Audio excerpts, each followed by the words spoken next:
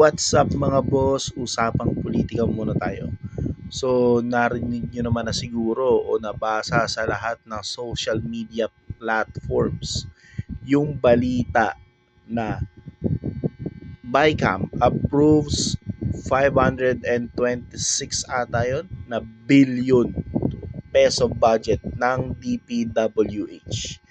So, hindi ko maisip, first, bakit inaprubahan nila yung budget kahit may ongoing issue pa sa flood control project.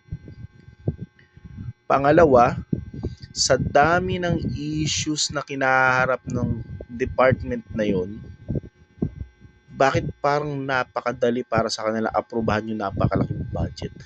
Guys, bilyong-bilyong piso yung pinag-uusapan natin dito. And still up to this very moment, wala pa ring nakukulong sa mga involved sa flood control project scandal. May pinapakita silang mga sumuko pero technically wala pa talagang nakukulong, 'di ba? Una pa nga nakulong si Alex Guba yun, yung dating mayor ng Tarlac City ay ng Bamban Tarlac, 'di ba? Nakulong na yun. Tapos ano pa yun? Panghabang buhay na pagkakakulong pa yun. So dapat itong mga nag-approve ng budget ng DPWH for year 2026 makulong din if ever na by 2026 hindi pa rin resolve yung issue sa flood control project. Hindi naman na siguro tayo mamangmang kasi we all know naman kung gaano kakurap yung departamento na yun, 'di ba? Sana naman po hindi na masayang yung binabayad namin sa buwis as taxpayers. Maawa naman kayo sa mga pamilya na nabibiktima o nasasalanta ng baha dahil sa kapabayaan ng departamento ninyo. Sana naman by 2026 may mangyari na. Kasi if ever man po na walang bang mangyari by 2026, aantayin pa ba natin na maubos ang lahat ng Pilipino sa Pilipinas bago pa sila umaksyon? O baka yun talaga yung inaantay nila? Tayo na lang ang magsawa magreklamo para magawa nila ng malaya yung pangungurakot nila. 'Di ba guys?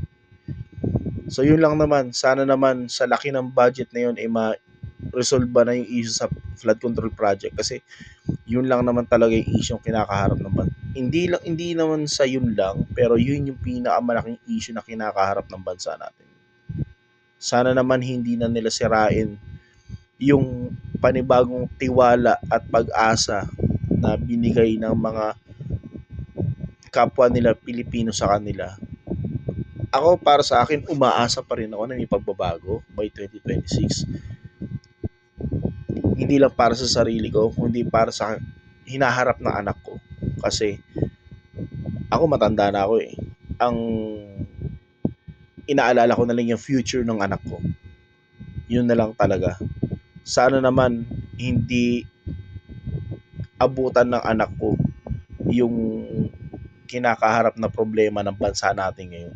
Sana naman pag nagkaisip na siya, nagdalaga, nakagraduate sa college, maayos na yung bansa.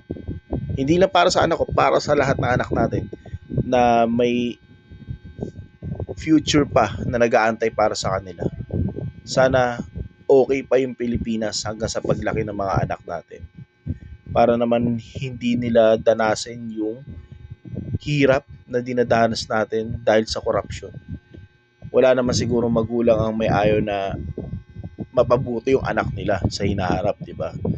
Pero paano mapapabuti ang hinaharap ng isang tao kung yung bansang kinabibilangan niya hindi rin sigurado sa hinaharap nito? Yun lang naman para sa akin. So, thank you for watching guys. Na-share ko lang naman yung saloobin ko tungkol sa sa budget na inaprubahan ng BICAM para sa DPWH kasi I'm sure issue na naman yan.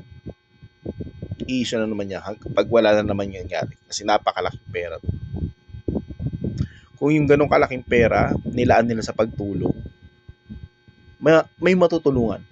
Kaso ang problema, nilaan sa budget ng DPWH para sa mga projects ng 2026.